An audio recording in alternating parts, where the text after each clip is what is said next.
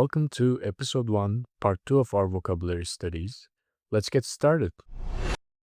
Alright, I will read a short part of the conversation between Mr. Clark and Takeshi, and then we will take a look at three useful words from this section, which are allow, do, and ordinary. So, Mr. Clark says, tell me, what do people in your time do to relax when they're not training or working? And in return, Takeshi says, in my land, life is often guided by duty. However, when peace allows, we enjoy poetry, calligraphy, or tea ceremony. These moments, though simple, teach patience and discipline. Some also compose haiku. They are short poems, just 3 lines, usually about nature or something ordinary in life. So, in this part of the dialogue, you hear Takeshi saying that his life is often guided by duty. This basically means that duty is an important part of how he lives, but we can paraphrase it in a way that fits more into daily conversation. Something like, in my life, duty comes first could work, or even, I try to live responsibly. Both of these give the same idea, but sound more down to earth. And by down to earth, I mean practical and reasonable. For example, can you explain this in more down to earth terms? In this sentence, the person is asking for a simpler, clearer explanation that is easier to understand. The other meaning of down to earth is unpretentious. For example, even though he's successful, he's very down to earth and treats everyone the same. So he's not trying to look important and he doesn't act like he is better than anyone else. All right, let's move on to one of the three words we picked from the first dialogue, which is allow. Allow means to give permission for something. My parents don't allow me to stay out late. Here, it means they don't give me permission, so I have to be home early. It can also mean making something possible or giving an opportunity. This ticket allows you to enter all museum sections. In other words, the ticket gives you access. It makes that action possible. Another meaning is to accept or tolerate something. The law doesn't allow any exceptions in this case.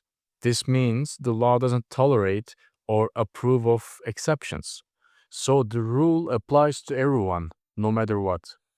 And sometimes allow is used politely when offering to help or let someone to do something. For example, allow me to care that for you. Or maybe, allow me to explain myself. Now let's take a look at the word though.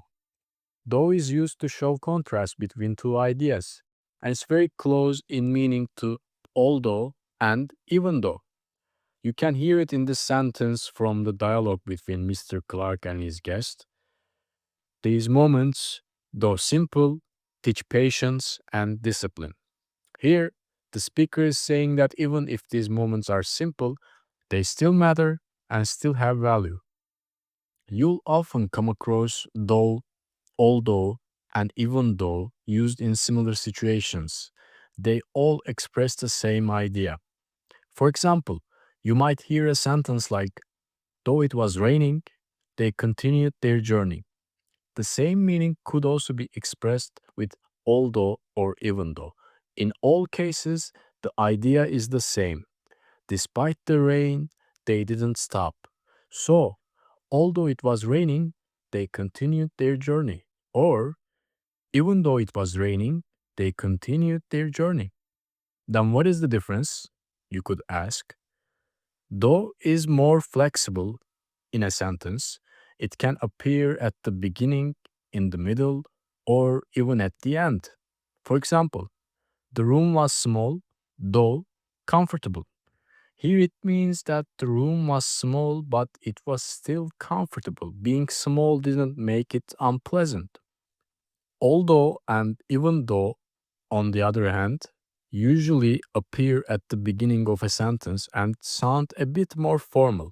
Because of that, they're often preferred in writing.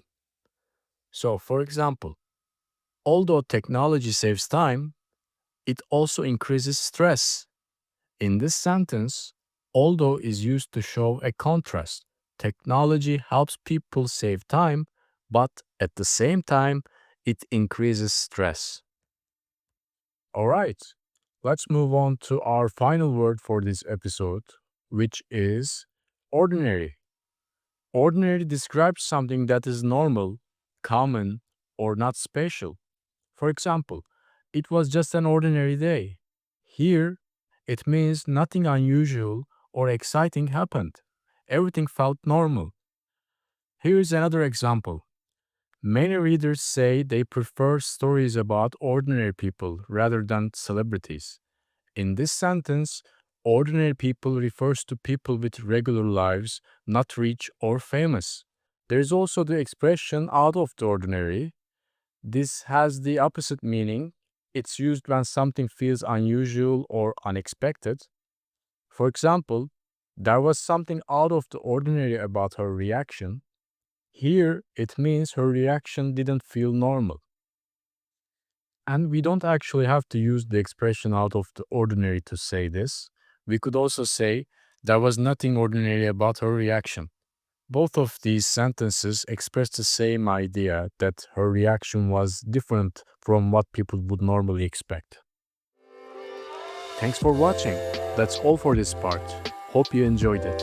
And see you in the next one.